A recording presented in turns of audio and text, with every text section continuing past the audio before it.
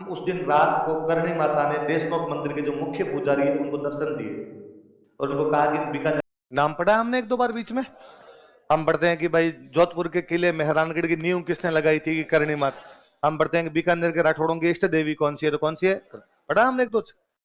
करणी माता का जन्म है जो जोधपुर जिले में गांव पड़ता है सुआप। कौन सा गांव था, तो लिख लो जन्म स्थान सुआप।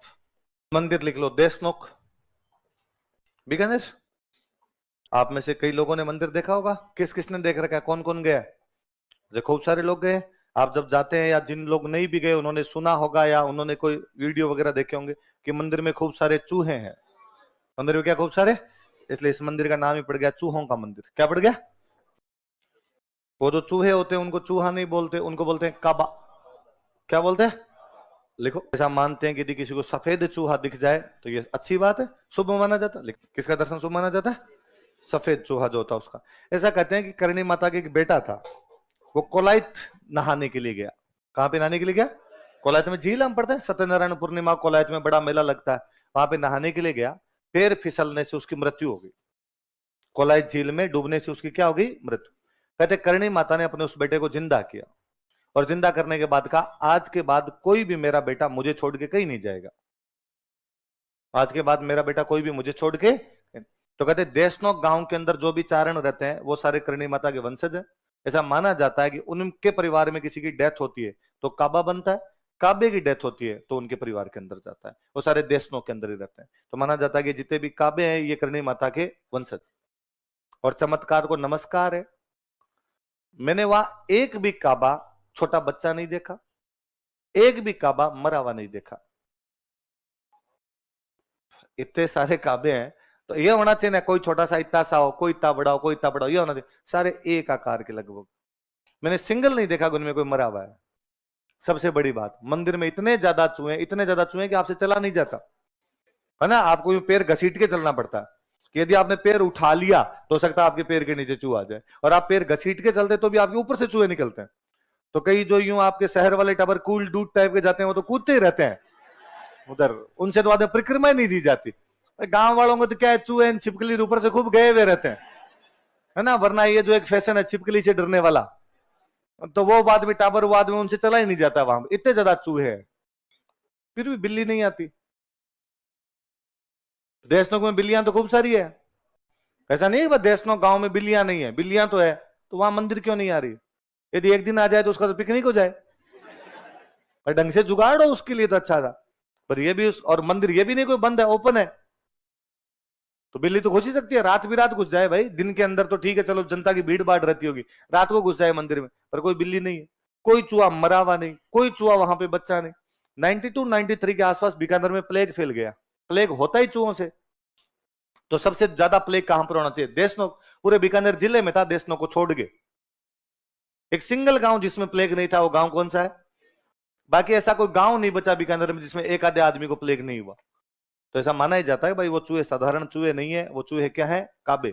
काबे मतलब वो भगवान जो करणी माता उनके क्या है, वंश।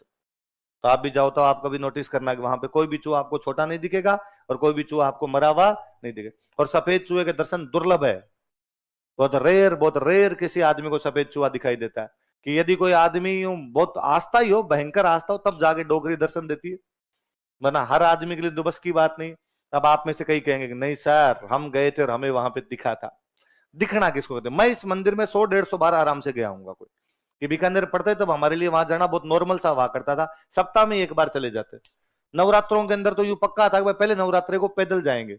पहले नवरात्रे के दिन यदि बीकानेर को देख लिया जाए तो ऐसे लगता है बीकानेर खाली हो गया और पूरा बीकानेर देशनोक चला गया, पूरी रोड ब्लॉक है, महिलाएं बच्चे बूढ़े जवान, क्या मतलब गाड़ियां भर भर के, मोटरसाइकिलें जा रही है, पैदल लोग जा रहे हैं, पूरे यूं जुड़ जाती है भीड़ कि बीकानेर से देशनोक तक लाइन बनाई जाए तो लाइन क्रॉस कर जाए, इतने सारे लोग जाते हैं। तो हम तो स्कूलों में पढ़ते उस टाइम तो खूब जाया करते भाई, 30 35 किलोमीटर पड़ता है, ज्यादा दूर भी नहीं है, तो पैदल भी खूब सारे जाया करते थे वहां पे। तो आस्था भी खूब सारी बीकानेर के अंदर है कि नहीं भाई करणी माता की आस्था भी वहां पर रखी जाती है। और पर वो आजकल जो मंदिर है वो मंदिर पूरी तरीके से पिकनिक स्पॉट हो रखा है। आजकल मुझे लगता है आजकल लोग आस्था से तो कम आते हैं और चूहे देखने ज्यादा आते हैं, तो फोटो खींचने में उनमें बिजी रहते हैं। तो मैं 100 150 बार गया हूं, मुझे सिंगल टाइम सफेद चूहा नहीं दिखा। देखना किसको कहते हैं, देखने का मतलब है कि आप घुसे, आप घुस के मूर्ति के सामने गए, आपने हाथ जोड़े, हाथ जोड़ के परिक्रमा लगाई, परिक्रमा लगा के वापस आ गए, इसको तो कहते हैं दर्शन करना। इस दौरान तो आज तक नहीं दिखा। एक बार मुझे याद है कि आगे से एक निकला था, मुझे ऐसा यूं फील हुआ कि सफेद चूहा निकला है, था कि नहीं था पता नहीं, पर उस दिन लगा अरे यार आज अपने घुसे घुसते अपने को सफेद चूहा दिख गया। इसको तो देखना कहते हैं, इसमें तो एक बार भी नहीं दिखा। वैसे मेरे को 150 के 150 बार दिखा है कि वहां पर एक साइड में कढ़ाई पड़ी है, वहां कढ़ाई के पास आप 15-20 मिनट आधा घंटा जाके खड़े हो जाओ तो वहां दिख जाता है, पर वो जबरदस्ती है। वो तो फिर आप माता जी करेगा दिख आया हूं तो ऐसे तो नहीं। डोकरी जिस दिन भला करेगी उस दिन खुद ही दर्शन दे देगी, और यदि आपकी भक्ति में कहीं ना कहीं कमी है तो तब तक आपको डोकरी दर्शन है। तो अपने मानते हैं कि भाई अपने इतनी अच्छी भक्ति नहीं करते होंगे डोकरी को कि डोकरी को ये लगे कि इसको दर्शन देने चाहिए। वहां जाके उस कढ़ाई के पास में, जब वहां तो जितनी बार गए हमेशा खड़े होते हैं, अब तो मेरा जी नहीं करता। शुरू शुरू में जाते तब कहते नहीं सफेद देख के ही जाना है, तो वहां पे खड़े हो जाते हैं। एक वो जो ढोल बजाने वाले हैं उनके पास में जाके खड़े हो जाते हो। 2-3 लोकेशन है जहां पर वो 15-20 मिनट के अंदर घूमता है, एक आधा को सफेद चूहा घूमता है, तो यहाँ पे देख लिया जाए।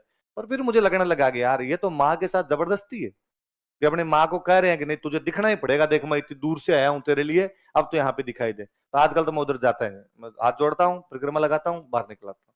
तो जिस दिन राजी होगी माँ उस दिन तो खुद ही दर्शन दे जाएगी, राजी नहीं है तो अपने भाग में नहीं। ऐसे जाते ही मंदिर मूर्ति के सामने के परिक्रमा निकाल के बाहर आए। आप में से किस किस को दिखा है? 1 2। क्योंकि मंदिर जाने वालों में तो अपने खूब सारे लोगों ने हाथ खड़े किए, तो बहुत रेयर रेयर दिखता है वास्तव में। तो ये कोई डोकरी का चमत्कार सा है। ये तो मुख्य मंदिर है, ये जो मुख्य मंदिर है ये तो कौन सा है? देशनोक में क्या बोलते हैं इसको? चूहों का मंदिर। चूहों को क्या बोलते हैं? काबा। और कौन से काबे को देखना चाहिए? क्या बोलते हैं? नेहड़ी जी बोलते हैं। पहले तो मैं बताता हूं नेहड़ी क्या होती है। बिलोना देखा? बिलोना, बिलोना देखा? दही, दही करने वाला जो छाछ को जो बिलोते हैं, दही को बिलोते हैं, उसमें एक लकड़ी होती है जो जमीन में रोपते हैं। एक लकड़ी जो जमीन में रोपते हैं। फिर आगे आपकी हांडी रखी हुई है, फिर हांडी में एक लकड़ी और होती है। जो हांडी में लकड़ी होती है जो घूमती है उसमें, वो तो है जेरना। वो तो क्या है? जेर। वो लकड़ी जो आपके जमीन में रोपी है और जिसके चारों तरफ आप रस्सी घुमाते हो उसको बोलते हैं नेहड़ी। क्या बोलते हैं? तो जो जमीन में रोपी हुई लकड़ी जिसके सहारे रस्सी घूमती है वो तो क्या है? जो हांडी के अंदर आपके जो लकड़ी घूमती है, मथती है उस दही को, उसको क्या बोलते हैं? झेरना। तो वो जो नेहड़ी है वो जो बाहर लकड़ी लकड़ी होती है जो आपकी जमीन में रूपी होती है। कहते करणी माता जब यहाँ रहते थे इनके पास खूब सारी गायें थी, खूब सारी गायें थी, तो उन गायों का दूध होता, दूध का आप दही जमाओ, दही की आप छाछ बनाओ। जब उनको यहाँ पे वो छाछ वगैरह बनाया करते, तो जो लकड़ी उन्होंने लगा रखी थी, जो नेहड़ी लगा रखी थी, वो खेजड़ी का पेड़ है। वो क्या है? और लोग ऐसा मानते हैं कि उस खेजड़ी के पेड़ की चर्म रोग पर यदि लगाई जाए, छाल लगाई जाए, तो उनकी बीमारियां दूर हो जाती है। तो वहां से लोग वो जो खेजड़ी का पेड़ था, जो नेहड़ी जी है, जो करणी माता की नेहड़ी जी मानी जाती है, उसको छाल को तोड़ तोड़ के लेके जाया करते थे। तो कई साल तो वो बस खेजड़ी थी, वहां पे कोई मंदिर वंदिर नहीं था। अब वहां पे बहुत बड़ा मंदिर बना दिया। अब तो वहां पे इतनी ज्यादा भीड़ आने लग गई कि उस खेजड़ी को कवर कर रखा है ताकि इसकी छाल कोई उतार नहीं सके, वरना लोग छीना झपटी करते हैं वहां उसके लिए। तो अब उसको पूरा कवर कर दिया, पर वो मंदिर बहुत अच्छा सा बना हुआ है। तो आप में से जब भी कोई जाए तो मुख्य मंदिर तो जाए, बाद में नेहड़ी जी जाके आए, क्योंकि नेहड़ी जी वाली जगह पे करणी माता रहती थी। तो वहां नीचे अब भी एक गुफा बनी हुई है, ऐसा उस गुफा में एक शिवलिंग है। ऐसा माना जाता है कि इस गुफा में बैठ के करणी माता तपस्या किया करती थी। और जब करणी माता इस गुफा में बैठ के तपस्या करती, तब बाहर के किसी भी आदमी की एंट्री बैन थी, कि बाहर से कोई भी आदमी इस गुफा के अंदर नहीं जाएगा। और यदि कोई बंदा उस गुफा के अंदर जाएगा तो करणी माता को सूचना दे के जाएगा, भाई माता जी मैं अंदर आ रहा हूं, तो जा सकता है, वरना तो नहीं जाएगा। कारण कहते हैं कि भाई करणी माता जब उस गुफा में बैठती तो अपना भेष बदल लिया करती, रूप परिवर्तन करके वहां पर बैठा करती थी। इसलिए डोकरे टाइप के लोग तो आज भी इन बातों का ध्यान रखते हैं। और जब उस गुफा के अंदर घुसते हैं तो या तो उसकी दीवारों पर मारते हैं, आने का एंट्री साइन है, या बाद गांव का सीधा तरीका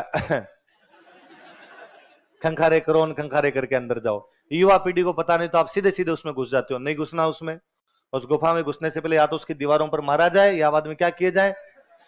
खंखारे किए जाए, तब अंदर जाके सूचना मिलेगी भाई आप अंदर आ सकते हो। कहते हैं कि करणी माता 151 साल की होकर मरी थी। कितने साल जिंदा रही थी?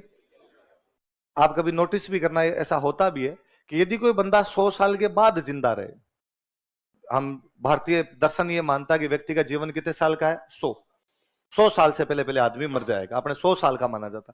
पर मान लो यदि कोई 100 साल के बाद जिंदा रहता है, तो यदि किसी आदमी के बाल उड़ गए तो वापस आते हैं।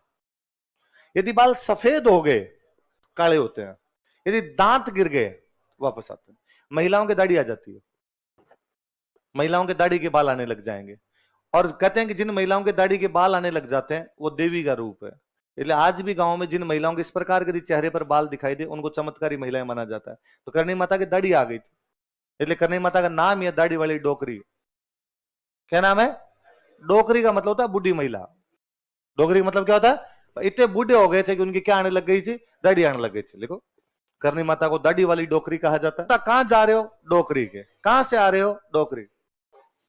करणी माता। और आपको गाड़ियों के पीछे लिखा हुआ मिलेगा डोकरी कृपा, आपको मूर्तियों के नीचे लिखा हुआ मिलेगा दाढ़ी वाली डोकरी। तो डोकरी माता जी जितने भी ये देवियां हुई है, इनके लिए सम्मानजनक शब्द ही माना जाता था कि भाई बूढ़ी महिलाएं थी जिन्होंने हमारे समाज के अंदर चमत्कार दिखाए। तो डोकरी का सामान्य मीनिंग तो क्या होता है? बूढ़ी महिला, चेहरे पे दाढ़ी ना आ गई थी इसलिए क्या बोलने लगे? अभी भी कभी आप देख रहे हैं, कभी देशनोक जाओ तो वहां बाहर दुकानें, आप उन दुकानों पे कभी नोटिस करना कि कोई बंदा जाता है तो मूर्तियां लाता है वहां से। तो कोई बंदा गया दुकान पर, उसने जाके कहा मुझे करणी माता की मूर्ति दे दो। तो करणी माता की एक बहुत फेमस सी मूर्ति है जिसमें करणी माता एक महिला के रूप में खड़ी है, उनके हाथ में वो त्रिशूल सा लिया हुआ है और साथ में एक शेर बैठा है। साथ में क्या बैठा हुआ है? शेर। वो बहुत फेमस मूर्ति है करणी माता की। तो दुकान वाला फटाफट वो निकाल के देता है। कई बार 10 लोगों में से कोई एक आदमी वापस कहेगा ये मत दे, डंकी दे, दाढ़ी वाली दे। असली रूप माता जी का वो है, ये तुम्हारे बनाए हुए हैं कि माता है तो माता के साथ में शेर है, और माता है तो माता के हाथ में क्या है? त्रिशूल। ये हमारे वाली करणी माता नहीं, ये तो कोई माता है। हर देवी का स्वरूप इसी प्रकार का है। हमारे वाली माता जी तो वो है जिसमें दाढ़ी आ रखी है। फिर बाकायदा वो एक सिंगल फोटो निकाल के देता है जिसमें एक बुढ़ी सी महिला बैठी है और उस महिला के चेहरे पे क्या रखी है? दाढ़ी आ रखी है, इसलिए नाम ही क्या पड़ गया? दाढ़ी वाली डोकरी। कितने साल की होगी उम्र? 151 साल की। और मुझे तो यह भी बड़ा अजीब लगता है, इन माता जी को कभी आप नहीं कहा जाता। कितने साल की होगी? मरी तू। मां के साथ रिश्ता तभी बन पाता है डंका। तो मेरे कभी याद नहीं आता, कभी मैं और किसी मंदिर में गया हूं तो मैं उनको जाके भगवान का जोड़े, हे भगवान आप ये करना मेरे लिए, आप ये करना। करने माता अगर मैं कभी कहूं तो मैं डोकरी तू ये कर, तू मेरा ये भला काम कर, तू मेरा ये अच्छा काम कर। माँ को आप कहे फिर माँ वाली सी फीलिंग ही नहीं आती, फिर लगता कोई और कोई महिला है उसके साथ। तो वो दिल वाला रिश्ता तो तभी बन पाए जब आपको लगता है कि आप वाकई उसके बेटे और वो आपकी माँ है। करणी माता का प्रतीक माना जाता है चील। चील होता है चील, उसमें भी चील होती है, इसको लोकल भाषा वहां बोलते हैं सांवली। क्या बोलते हैं? बीकानेर में किला है जूनागढ़, जूनागढ़ का किला 1589 के आसपास बना लिया राय सिंह ने। 500 साल हो गया आज बने। कितने साल हो गए? 2000 चल रहा है तो 500 साल हो गए। आप कभी चले जाओ जूनागढ़ किले को देखने के लिए, वहां जूनागढ़ किले के ऊपर बीकानेर का झंडा है। बीकानेर स्टेट जब हुआ करता उसका जो झंडा था वो था, उस पर एनी टाइम चील है, हर समय चील है उसके ऊपर। और मतलब आप उस टाइम नहीं दिख रही, आप 2-4 मिनट खड़े हो जाओ कहीं से उड़ते हुए आएगी, उस झंडे के आसपास चक्कर कटेगी। तो कहते बीकानेर पे करणी माता का आशीर्वाद था। किसका आशीर्वाद था? कि जब बिक्का यहां पे आया था सबसे पहले जाके किससे मिले थे? तो उस दिन करणी माता ने बिक्का कहा था कि बिक्का तेरो बिकाणो जोदण है सवायो बाजसी। बिक्का तेरो बिकाणो जोदण है, कि हे बिक्का एक दिन तेरा बीकानेर जोधपुर से भी क्या हो जाएगा? सवाया। आप नोटिस करो, हमने रियासत पढ़ी अजमेर, चौहानों की एक रियासत कौन सी पड़ी? अजमेर। चौहानों की मूल रियासत अजमेर थी, अजमेर से टूट के और खूब सारी रियासतें बनी, पर उनका इतिहास अजमेर से बड़ा नहीं है। उनका सबका अजमेर से छोटा छोटा इतिहास ही है ना। हमने एक मूल रियासत पढ़ी मेवाड़, कौन सी पढ़ी? मेवाड़ से टूट के बनी डूंगरपुर, बांसवाड़ा, प्रतापगढ़, शाहपुरा। छोटा छोटा इतिहास है, मतलब हमने एक दिन में चारों कर लिए, डूंगरपुर, बांसवाड़ा, प्रतापगढ़, जो कि मेवाड़ पढ़ने में अपने को लगे दिन 15। हमने रियासत पढ़ी परमार, परमारों की मूल रियासत थी आबू, वागड़, जालोर, किराड़ू तो हमने 5 मिनट में किए हैं। मालवा वाले जरूर थोड़ा बहुत टाइम खा गए थे, उनमें किताबें थी इस वजह से। जोधपुर से टूट के रियासत बनी किशनगढ़, लाइन 3 लिखी है हमने। जोधपुर से टूट के बनी बीकानेर, दिन 3 खा गई। कोई रियासत मूल रियासत से टूट के बनी है राजस्थान में, उनमें एक ही रियासत फली फूली है। वो रियासत कौन सी थी? वो किसका आशीर्वाद है? 1999 या 2000 में सन बोल रहा हूं, इसके आसपास 2000 के आसपास में बीकानेर में छावनी में आग लग गई। छावनी समझते हो? जहां फौजियों का रहने का। आग भी वहां लगी जहां पे ट्रक थे हथियारों वाले, जिनमें गोला बारूद रखा हुआ था, उनमें आग लग गई और अपने आप वो गोले फटने लग गए। कई गोले तो वहां से उसमें आग लगने के बाद वो दूर दूर जाके पड़े, इसलिए छावनी से 1-1 किलोमीटर दूर, 2-2 किलोमीटर दूर जा जाके गोले पड़े वो जाके। बीकानेर में सिंगल कैजुअलिटी नहीं। जहां जाके वो गोले गिरे वो ऐसी जगह पे गिरे जो नो मैंस लैंड है, जहां पर कोई भी आसपास में बंदा नहीं है, तो हताहत कोई नहीं हुआ। छावनी के अंदर फटे उसके बावजूद कोई फौजी नहीं, कोई कैजुअलिटी नहीं। और फाइनली तो 2 बंदे अंदर पड़े जो उन ट्रकों को निकाल निकाल के ले गए। 1-2 ट्रक में आग लगी, बाकी ट्रक सब में लग जाएगी, तो बाकी ट्रकों को लड़के निकाल के और ले गए। उन लड़कों के पास चाबियां नहीं थी, उसके बावजूद वो उनके अंदर घुस गए, तार वार जैसे जोड़ के ट्रकों के डायरेक्ट वहां से निकाल के ले गए। और भाई शाम को यूं था कि भाई गोले चले, लेकिन जैसे तैसे करके बीकानेर तो बच गया, वरना आज पूरा बीकानेर तबाह हो जाता। यदि वो सारे गोले चल जाते तो एक आदमी नहीं बचता, पूरा बीकानेर एक साथ पूरा शहर मटिया मेट होता। लोग उनका अरे अरे बच गए, भगवान का आशीर्वाद है। ऐसा कहा जाता है कि शाम उस दिन रात को करणी माता ने देशनोक मंदिर के जो मुख्य पुजारी है उनको दर्शन दिए और उनको कहा कि इन बीकानेर वाले मंगतों को समझाना कि इनको बचाने के चक्कर में मेरे हाथ जल गए। बचाने के चक्कर में मेरे क्या जल गए? आग में आप हाथ लगाओगे तो हाथ जलेंगे ना, तो वो गोले बारूद के मैंने हाथ लगा लिए थे तब ये बचे हैं जाके। मैं तब छोटा था बहुत, अखबारों में मुझे अब भी याद है, अखबारों की हेडलाइन थी कि अगले दिन पूरे बीकानेर के अंदर जितनी महिलाएं उन्होंने हाथों में मेहंदी लगाई। हाथ जब जल जाते हैं तब हाथों को जलन से रोकने के लिए क्या लगाते हैं? अगले दिन था कि करणी माता के हाथों को जलन से बचाने के लिए बीकानेर की समस्त महिलाओं ने मेहंदी लगाई। कि उस दिन यदि कोई बीकानेर को बचा रहा था तो कौन बचा रही थी? डोकरी बचा। तो डोकरी का भयंकर भयंकर वाला आशीर्वाद है अभी भी। और चील वाला है, मुझे हमेशा लगता है कि यार इस वैज्ञानिक दौर में भले कितनी बातें माने और नहीं माने, वो चील हमेशा वहीं क्यों रहती है? हमारे घर पे तो नहीं आ रही भाई। यदि यूं कह दे बीकानेर में खूब सारी चिड़ियां, फिर तो हर जगह ही आनी चाहिए, फिर तो हर घर पे आ जानी चाहिए। मैं लोग करणी माता को मानता हूं तो हमारे घर पे एक डेली रहे कि भाई मेरे को जब जी में करणी माता देखने चील आ जाए। उस किले के ऊपर क्यों मंडरा रही है? वो उनकी इष्ट देवी थी, उन राजाओं के अंदर वो चीजें थी। ये बीकानेर वाला अभय सिंह था आपके, सॉरी ये जोधपुर वाला अभय सिंह। एक युद्ध पढ़ा मैंने, गंगवाना का युद्ध पढ़ा। तो कहते गंगवाना वाला जब युद्ध हुआ था तो अभय सिंह ने बीकानेर घेरा था और चारों तरफ से बीकानेर को घेर कर अभय सिंह ने मारूंगा तुमको सबको। जोरावर सिंह अंदर बैठा बेचारा बेचारा हिल नहीं पाए, एकदम पार ही नहीं पड़े कि क्या किया जाए, और जोरावर सिंह लगा मरा दिया। इस बार अभय सिंह बीकानेर लूटेगा और अपनी पार इसके खिलाफ। तो जोरावर सिंह बैठा बैठा करणी माता को याद करता है और करणी माता कहता है कि डाडाली डोकर थई क्यों कह तू गई विदेश, कि हे दाढ़ी वाली महिला, या तो तू डोकरी मतलब इतनी बूढ़ी हो गई कि अब तेरे से कोई काम नहीं होता। डाडाली डोकर थई का तू गई विदेश, या तो विदेश चली गई, हमारा बीकानेर छोड़ के चली गई, या तो इतनी बूढ़ी हो गई कि अब तेरे से कोई भी काम नहीं होता। खून बिना क्यों खोसी जर निज बिका को देश। आज देख हमारी क्या हालत हुई है कि हम बिक्का के वंशजों का देश जोधपुर वाले छीन लेंगे, हम लड़ाई भी नहीं कर पा रहे, हम चारों तरफ से घेर लिए गए हैं। तो कहते हैं उसको यूं करणी माता ने को दर्शन दिए कि चील दिखी, कैसा सा कोई वृतांत है। उसने बाद में अपना एक बंदा भेजा सवाई जयसिंह के पास। किसके पास भेजा? सवाई जयसिंह। और सवाई जयसिंह को आगे कहा भाई हमारी पार नहीं पड़ रही, तू हमारी सहायता कर। सवाई जयसिंह बदमाश आदमी था।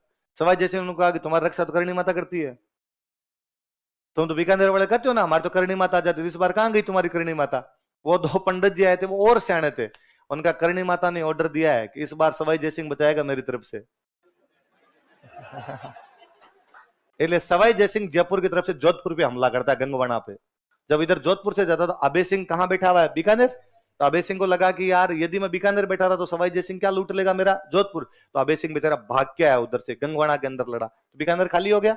गंगवाना में लड़ाई, उसके अंदर सवाई जयसिंह जीतता है, जोधपुर वालों पर जुर्माना लगाता है, फिर वहां से वापस आता है। तो गंगवाना की तो पूरी लड़ाई डोकरी ने जिताई है उस दिन, कि वरना वहां से अभय सिंह की घेरा ही खाली नहीं करता, और घेरा खाली नहीं होता तो अभय सिंह लूट लेता उस दिन। तो याद रहेगी करणी माता की बात है। अगले माता जी लिखो।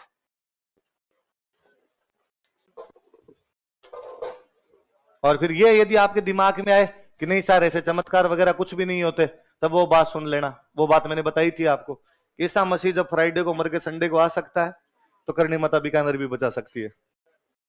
जीर्ण माता।